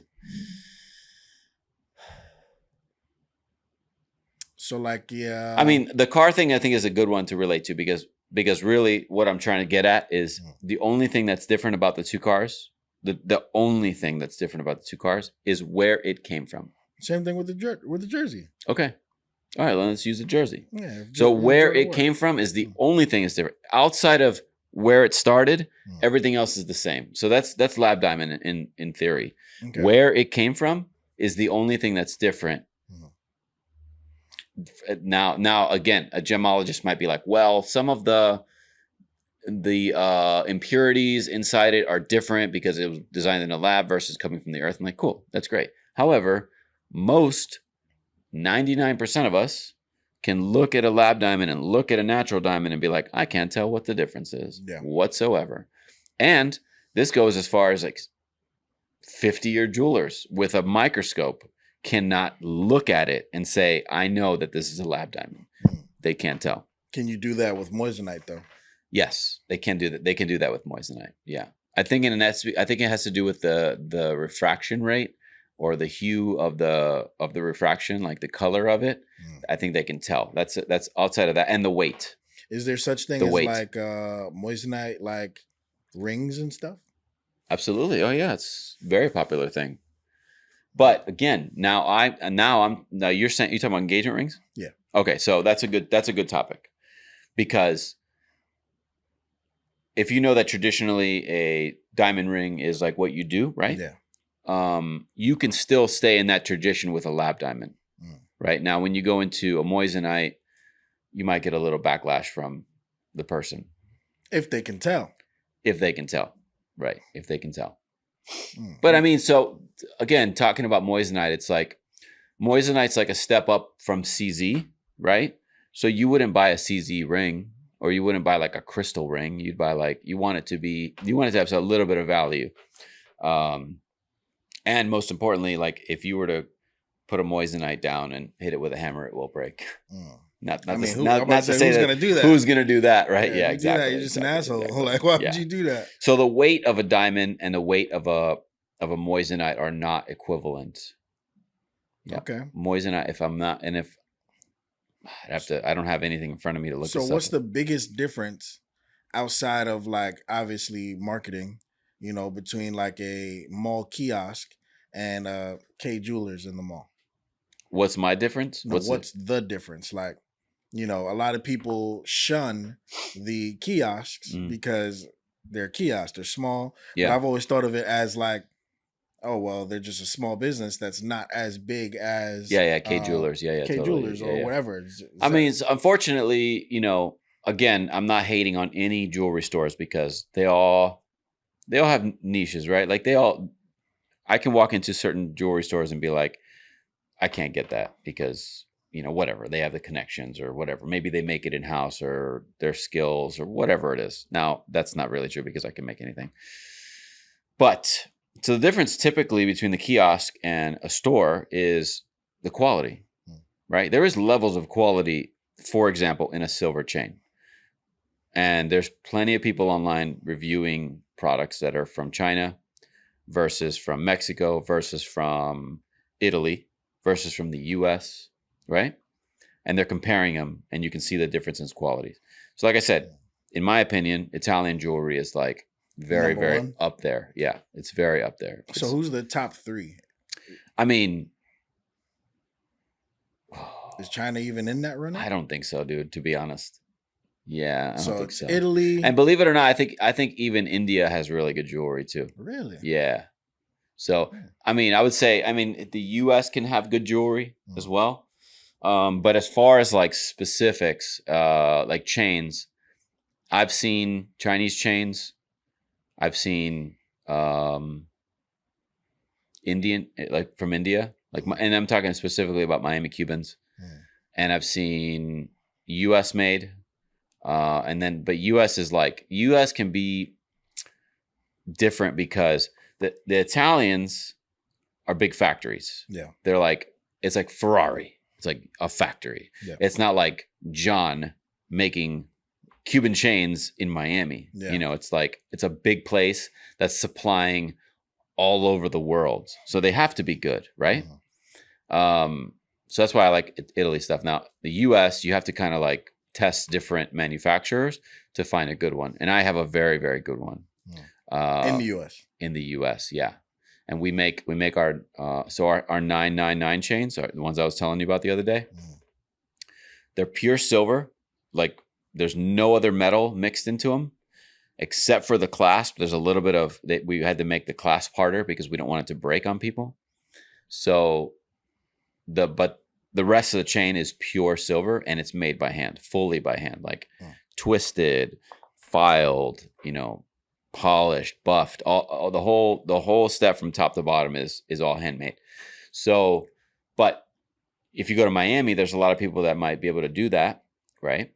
But they'll be bad quality, crappy metals. Maybe they don't know what they're doing, because there's like some chemistry involved in mixing metals and stuff like that, especially with like a 925 and a 95 chain. Pure silver, obviously, there's no mixture. It's just so pure, how does the silver. everyday consumer spot that difference to not get scammed? I mean, the scam part is hard. I mean, you just have to go to a reputable source. Miami Links, I mean, at this point, we're a reputable source. You know, I check all of our jewelry. I only sell high quality jewelry. I don't carry anything that's Chinese made. I usually get samples of stuff before I start to sell it. You know, I want to like see it. I want to make sure it's a product that's going to fall in line with the quality of Miami Links. Outside of that, like, it's the same way anybody gets scammed with anything. I mean, if you go to a shady car dealership, you can be buying a stolen car. Like, what do you know? You know what I mean? Facts. So, same difference, you know, buying from a reputable source. Now, like I say, we're a reputable source because we've been in the industry for, I mean, we're going on 4 years, and we're doing so many orders. We're doing volume, you know, like how much do you usually sell a year? Like how many orders? Yeah. Oh man, I mean, probably around. I mean, this point we're probably around 5,000 orders a year. And that's only as an online store. Only on the online store. Now I do sell locally sometimes to people, but I don't have a retail store. Got it. I don't know if I have interest in opening up retail, to be honest. Like, it's a little bit hard. Yeah. And on top of that, you have to have a lot more overhead. A lot more. You can't sell a product online and then replicate that in a store, because your margins will go down. You have overhead that you have to take on. So now, you know, it makes me think of something when it comes to e-com, because even when I had like a little crash course on e-com, there's like these scams that you have to watch out for when people like load up like your carts or stuff like that, and then they like make a purchase or something, and then I don't know, something happens to where it makes the purchase for it, and then they like refund it or do something Chargeback? happens. Yeah, like almost like a chargeback, but it's like they're intentionally trying to commit fraud, and they do it in mass amounts. It happens a lot for like Shopify stores where Shopify? they'll load up your cart with maybe like 20 items, 30 items, and just make a big purchase, and then that whole purchase will kick back. Okay. Yeah, but I have to fulfill the orders. It's not a digital product. So the good thing is, there's a lot of things in the back end of Shopify that are there for us. I'm not saying that I've never been scammed before, because I have. How do you get scammed in your industry? I mean, luckily there is still like a human factor as far as seeing orders and stuff. So I see the orders and I review them, and a lot of the times they could be flagged, you know, high, medium, or nothing, or low, right? So, you know, obviously we fulfill the orders manually, but if we see like a medium risk, we kind of like look into it. Well, what presents like a risk? Well, so Shopify's backend has a list of factors that have to be met, right? So that could be location. So you're ordered something, but you're in Mexico, right? And you're shipping it to an Arizona location. Okay. Why can't I be on vacation? That happens. That's what I'm saying. So it does happen. But those are the factors that it's going to flag it. And then at that point, you can either decide as a store owner to, should I fulfill the order or should I not fulfill the order? And now what I typically do is I look at a lot of the variables. I look at addresses, right? I'll give you a perfect example. So I had a client that was on vacation. He was in Mexico and he ordered something. And he's like, I want it shipped to Mexico, but I live in the US. And I'm like, well, it flagged it in the system, right? So I saw it and I almost canceled it, but I decided there was other factors in there that did not look like a fraud. Typically a fraud is going to look like the name of where it's being shipped to is different than the card information. Like, Daniel Trujillo placed an order, but it's being shipped to Rich in Washington. What if it's a gift? It could be flagged. But if the billing address matches, it's just so many factors. So many factors. Plus, your data is online too. So a lot of the data is collected, and they know like, oh, this person has frauded other accounts, so they're going to flag you, and then it might be flagged and say, we have seen this in the past. Oh, damn. Yeah. So many factors. Anyway, it's like a checklist. It goes through and it says name on file is correct, billing address is correct, shipping address is either matches billing address or address on file. CVV, because a lot of sometimes people will steal your card number, but they don't have your CVV. So somehow they got away with not matching the CVV. So it'll be like CVV was incorrect. So a lot of the things are on there. They're definitely will flag it. But as a business owner, that's when you go and say, okay, let me look at things. So things that I look for are names on the files, where it's being shipped to, email address, right? Because a lot of us use our name and our email address, right? Yeah. So if John Doe placed the order and then the email says Stacy Robinson, you're like, okay, Stacy, you're trying to scam me. And so I'm still, I guess that's the part that I'm still confused on. Yeah. Like, how do they actually end up scamming you if they're paying for it? Oh, okay. Well, easy. If I steal your credit card and I go to, I don't know, Publix over here and I buy $500 worth of groceries and you open up your statement, and you're like, I didn't go to Publix. What are you going to do? You're going to open up a chargeback. You're going to open up a dispute. And that's how we get scammed as merchants. But you lose that? You can't fight that? You don't have insurance? You can fight it, but I can also lose it. Damn. And you've lost those before? I've lost, yeah. I have like a 50% success rate, which is pretty good.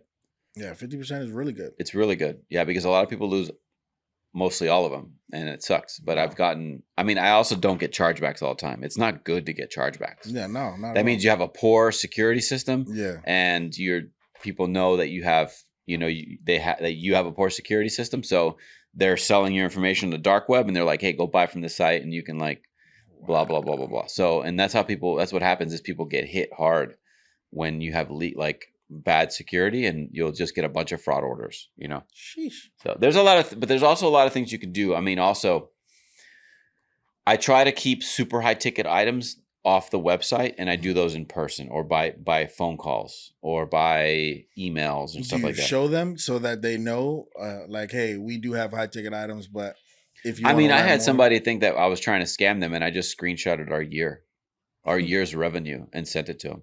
And I was like, listen, like, we wouldn't be selling this much if I was trying to scam people. Yeah. You know what I'm saying?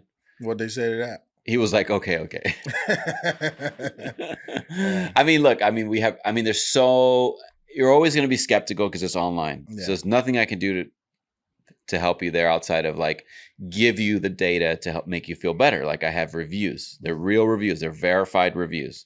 We have over like 1,500 like actual verified reviews from people, coming back and saying, I love my product, blah, blah, blah, blah.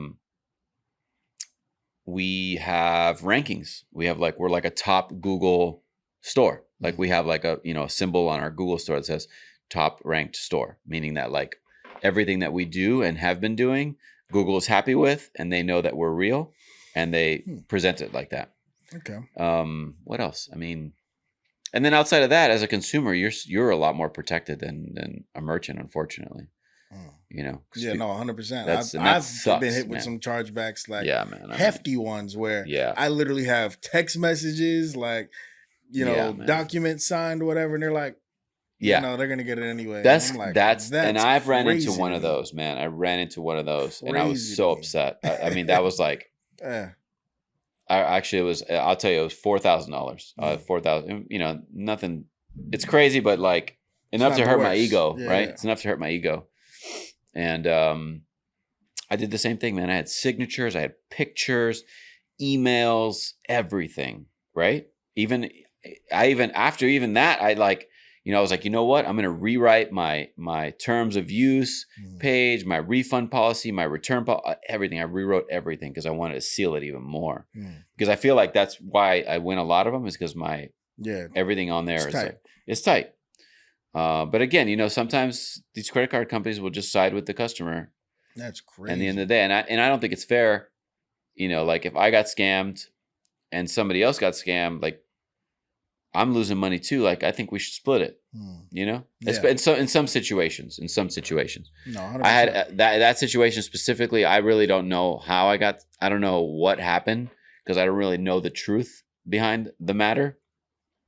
All I know is somebody shipped me back my product. I never received the product, and they opened up a chargeback against me.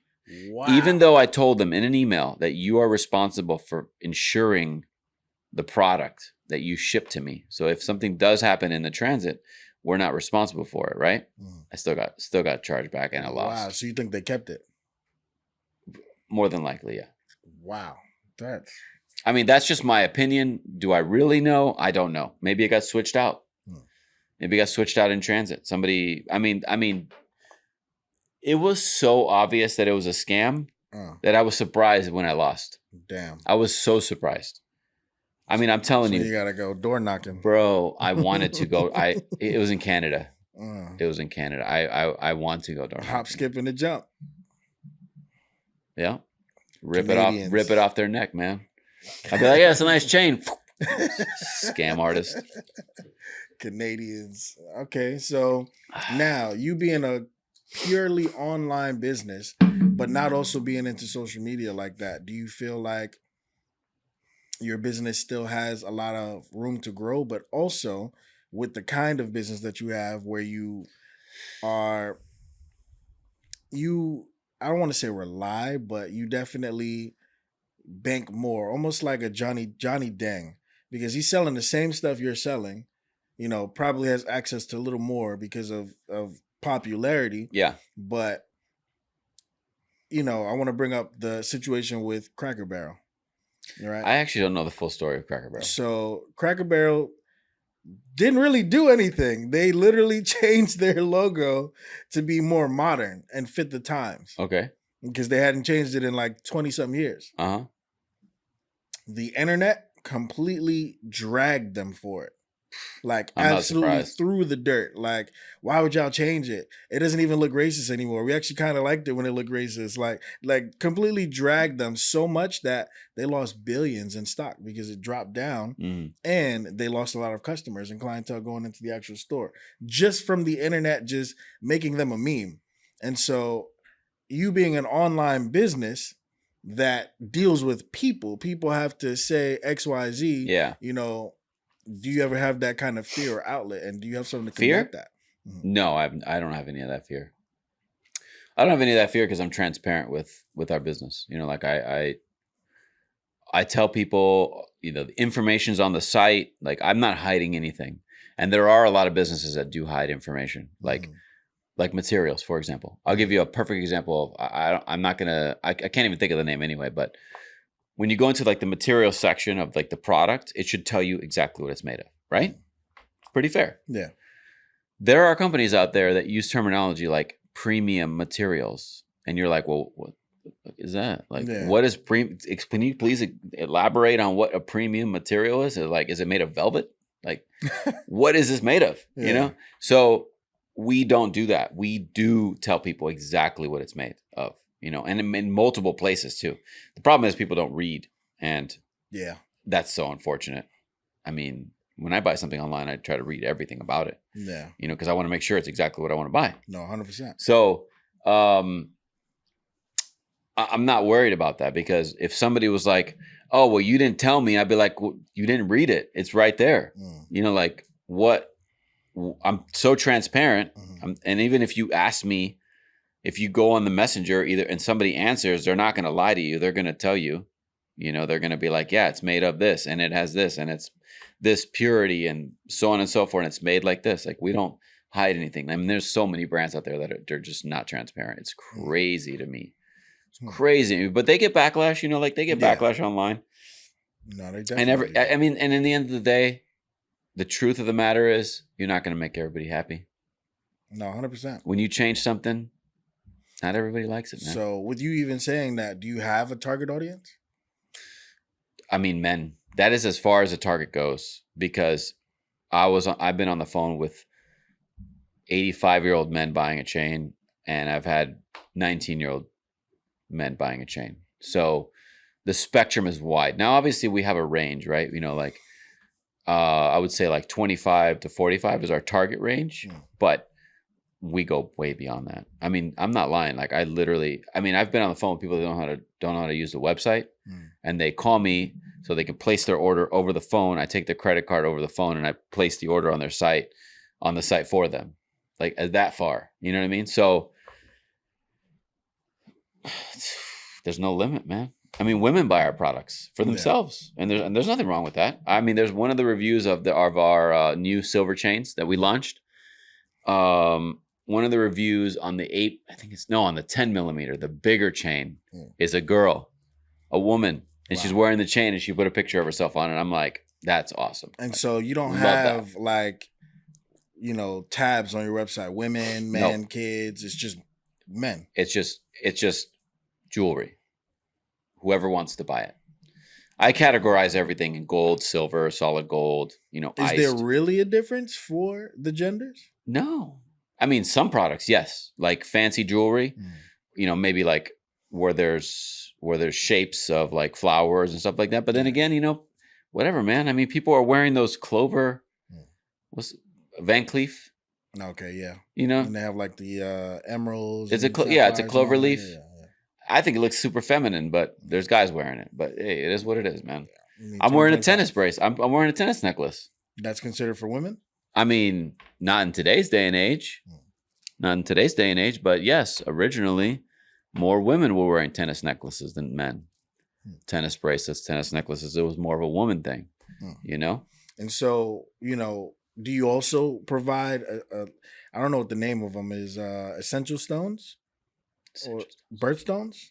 No, I don't have that. I mean, I can, if somebody was like, hey, like I'm doing an engagement ring right now for a guy and he wants the girl's birthstone on the ring. So I'll do that, Okay. Obviously I'm still putting a diamond on it, but he's like, I want it to be accent with her birthstone. And I'm like, cool, I got it. So we, do the design and add the birthstones because I can do that. You don't just openly advertise it or have that. Right. And I do also like I just did for a guy we know, Lewis. He wanted to buy his wife some sapphire earrings. So I made her a set of sapphire earrings.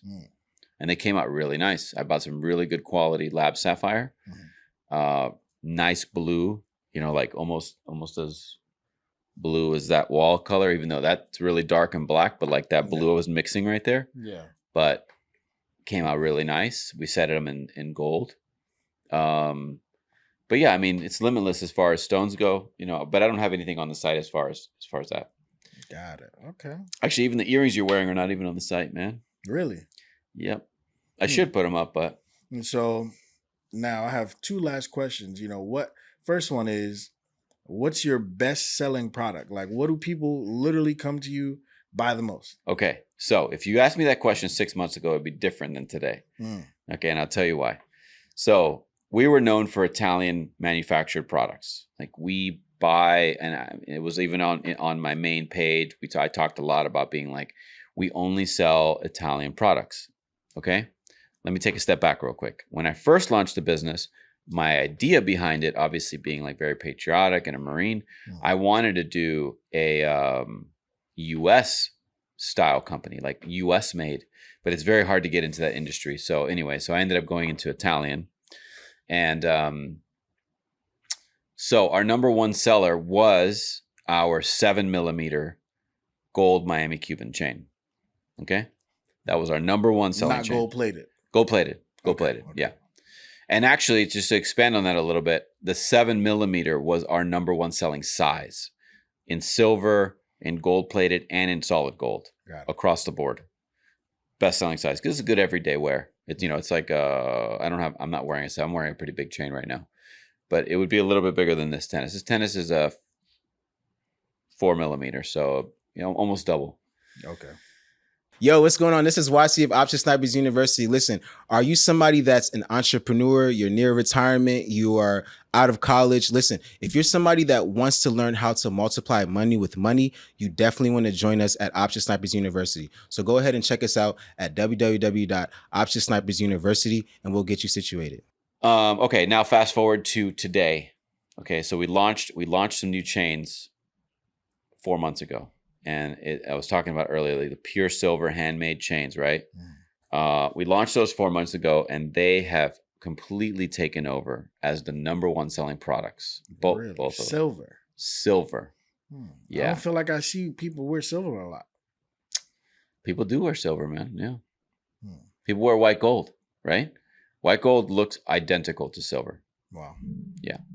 So now, since that's become our number one selling product, and I love it, I stand by it because the quality is really, really good. Very well made. The guy that makes them is very good. It's very accurate. The finish looks good. I mean, man, I wish I had the products here. I didn't bring any. I showed them to you. You showed me. I showed them to you the other day. Yeah. Really well made product. Plus, it's pure silver, so there's no mixture or anything. So if you're allergic to anything, like some people have allergies to like nickel or whatever other metals, like silver is pure. Like there's no other thing on there, so you're good.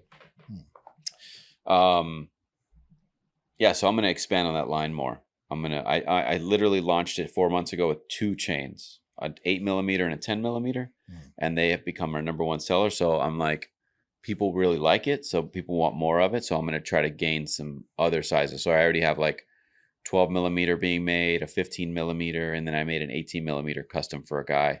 I'll show you a picture later. It's like it sounds crazy, massive. Yeah. So, and I thought it looked awesome when I like literally hand delivered it to the guy. He paid like, I don't know, like $2,200. I gave him a good deal on it because he was like the first person to order that from me. But I'm gonna have it on the site soon, just to build it out. And then I'll do bracelets for everything as well. So I can always carry bracelets for every size, so you can match it. You get a chain, you can get a matching bracelet. No, that's fire. Yeah.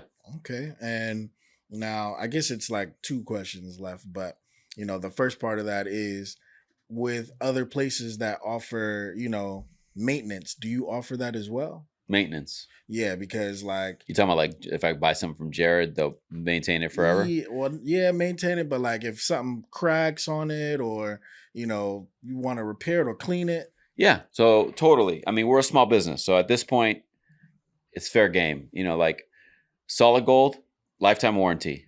And I actually do not buybacks, but like trade-ins with people. So like, I have plenty of clients that have bought something in the past, and they're like, "Hey, I want to upgrade," and I'll be like, "I'll work with you. Like I'm happy to make it happen. I'll take the chain back. We'll look at the numbers, and I'll offer you, a certain specific price." That's pretty dope. Yeah, it's super dope. So you can kind of upgrade. Like, let's say you bought a 4mm, and you're like, "Hey, actually, I'm talking to somebody right now about that. He bought a 4mm." And he's like, "Man, I really want a bigger gauge, like a 7." So I'm like, "All right, let's do it." So I'll buy it back. I'll give you the credit, and it'll go towards your new chain.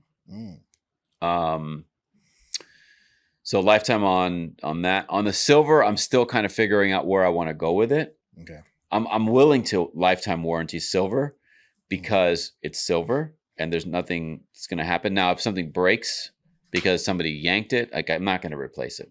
I will repair it for you at a small fee.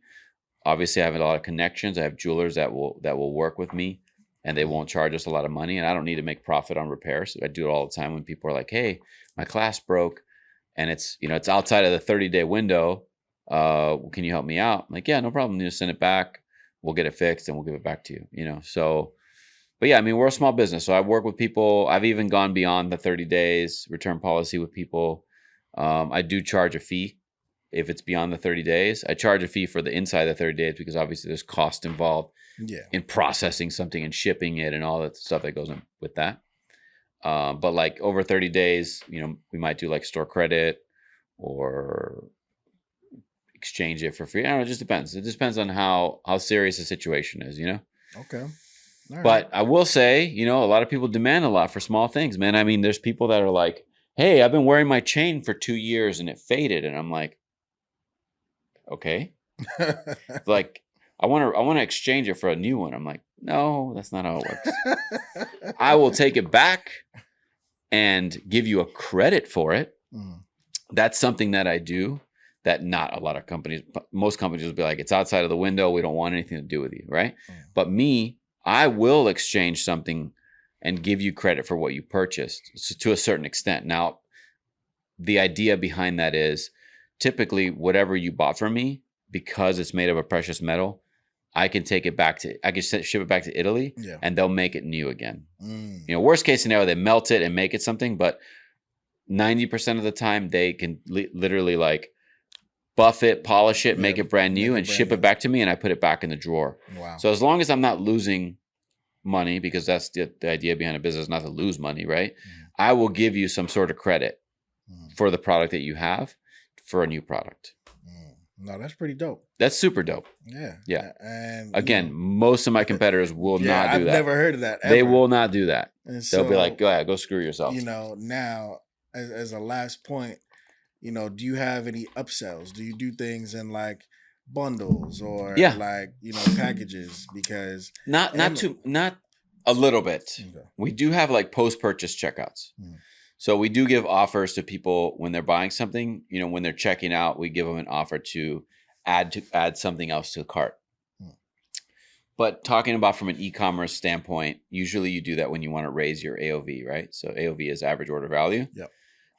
You know, it depends on where you want to be. Like, are you always trying to raise your AOV? Are you okay with your AOV currently? You know?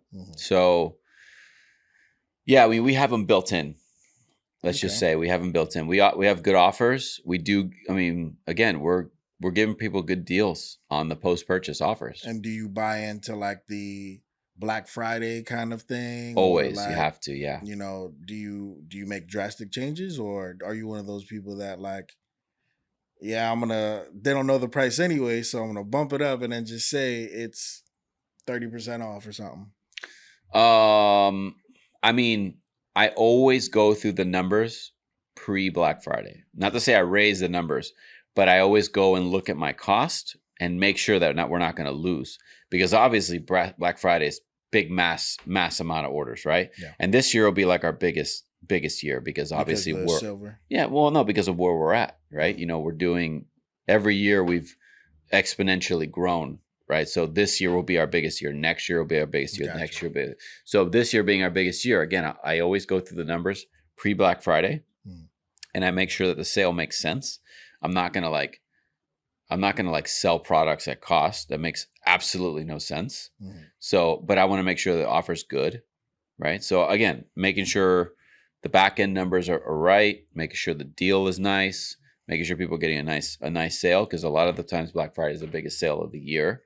So we do a good discount. But again, you know, our margins are not huge because we are competitive with the online market. Now, if you compare us to a jewelry store, yeah, we're selling everything like 30% less than any jewelry store. So if you look at it that way, then you should buy them from me anyway. Yeah. And I was, like I said, I showed you a ring earlier, right? I said you can go to K Jewelers and you will buy this exact ring for $18,000, or you can buy it from me for $4,000. And yes, I still make money. I'm not like giving it away. Yeah. But I'm giving you a good deal to the consumer. I do my best to try to give good. A lot of these people online will be like, "Oh, your gold is priced too high," but they don't understand that whole thing I was telling you about the tariffs, right? They don't understand that we have to pay the extra 10% on top of what we pay for the price of whatever the product is. Yeah. So if it used to cost us $100, now it costs us $110. And so now so now this is the last for sure. Yeah. Because you mentioned it, and I feel like it's more relevant to the time frame where you might potentially get into the realm of leasing certain chains or we did talk jewelry. About that. Yeah. I just don't know how to structure that, but I would be we talked about that with your clients here with videos and stuff. That's where we talked about that. Yeah, I would be very interested in doing that. Yeah. And so what would that look like? It would just look like stuff depending on what the person wants for music videos. But we would just think about what makes sense, because unfortunately, just like when you go and rent a tool at Home Depot, it's used. You can tell it's used. You know what I mean? It's not like brand new. So when you do a video, you want to try to keep it pristine. You know, we don't want to like give somebody a necklace like this and it's missing a bunch of stones in it and stuff. You know what I mean? So we have to take that into account. So we have to. It has to make sense. My brain just had like a That's So Raven moment or Brain Blast, Jimmy Let's go. Neutron, whatever. Where what if it turned into like a I don't know. You might call it Links. That's just the name of the app. Links. Okay. And with that app, like it's like a Turo or an Airbnb, whatever, where people make an account basically for whatever they do. If they want to do it for a commercial, if they want to do it for like cars, like jobs, they'll bring like a Lamborghini in and stuff like that. Well, not even just the other people, but it would mainly be you, and people can rent from you based off of what type of chain they want or prop they want or whatever for X amount of time. And you do that. Yeah, and charge them like a daily fee or something. Yeah, I mean, it totally makes sense. Again, it's just all about structuring the numbers, taking a look at like, what does the product cost me, right? What's the risk I'm willing to take if somebody steals it? Obviously, a good way to look at that would be, and this is just me. Deposits and insurance. Yeah, that's what I was going to say. So let's say the chain cost me $1,000, like cost. Yeah. So I would do like a deposit of $1,000 and be like, hey, if you break it, lose it, or steal it, I'm keeping your deposit, right? Now they can look at that and say, well, yeah, I guess I got a good deal because this chain will retail for, let's just say $2,000, let's say, right? So they're like, oh, well, I got the chain at cost, whatever. But anyway, that's how I would structure it. I'd look at the numbers. What does it cost me to have that chain, to own the chain? Yeah. And then figure out a daily fee. And it could be anything from $100 to, depending on big chain. Because I mean, I'm using $1,000 as a number, but there's chains out there that cost more than $1,000. Yeah. You know what I mean? 100%. Yeah. But yeah, I mean, it's totally realistic. With gold, I probably wouldn't do it with solid gold because it's just too risky. Yeah. Somebody run off with that, they'll pay whatever the deposit is. Yeah. Like, I mean, unfortunately, on solid gold, our margins are even smaller. They're like, because it's so competitive. Like if you were looking at gold, like there's more risk in my side of it than your side of it. Damn. So it's upside down. It makes no sense. I honestly don't even want to sell solid gold, to be honest. It's so stupid. Well, if you get tired of it, you can give it to me. Yeah, exactly. But this was informative. We learned a lot about scuba diving, ironically. Yeah, and we did. Just the jewelry game in general. What it seems like it requires to be competitive in your kind of space. Yeah, and as just an online front. But if people wanted to tap in with you, learn from you, buy some stuff from you. Yeah. Also, I always do this thing, and it's completely optional, but for people that do watch this and go to the website, can we make a special discount code for that? I'd have to generate it. Yeah, that's fine. But will you do that? Do you want me to? I want you to. Okay. Yeah. All right. What should we name it? Let's make it up right now. Mindset. Too long. Mind 10. Yeah, Mind 10. Mind 10. Mind 10. Let's do Mind 10. MIND 10. Mind 10. We'll add that to it. So Mind 10. I'll generate it when we get off here. And if people want to use it, they can use it. There y'all have it. Listen, we always trying to find a way to hook you up. We want you to look good on the other side of that screen. And so Mind 10. But let's talk. Well, one more thing I want to add in. So I always do veteran discounts. So if there's veterans watching, they always get a discount no matter what. Okay. All the time. Not just like the whole, because we do offer like the whole 10% off for the first time buyers. So if you already use that, you can use the Mind 10 for another discount. But veterans always get discounts on our website. It's always 10% off no matter what. Now, obviously, if there's a sale, use the sale code because sometimes our sales are better. But we don't always have sales, right? On top of that, tap in. You said tap in, miamilinks.com, Miami Links Instagram, Facebook. Follow us on Facebook, follow us on Instagram. TikTok, I don't really care. It's there. But it's just spelled regular. It's just Miami there. Links. Miami Links, yeah. I mean, I got lucky with the domain. I had the dream of the domain. I wanted Miami in it, and it really worked out. I paid for it, obviously, but rolls right off the tongue. Miami Links. No, so yeah, honestly, if everybody just followed it, I'd be happy with that. Don't even have to buy anything. There you go. Just follow us on Instagram. There it is. There it is. That's a request. This is another great episode of Attractive Mindset. I'm your host, Moneybag Rich, and at the end of the day, we always say we look good, we live good, life is good. Talk to us, we talk back, and we out.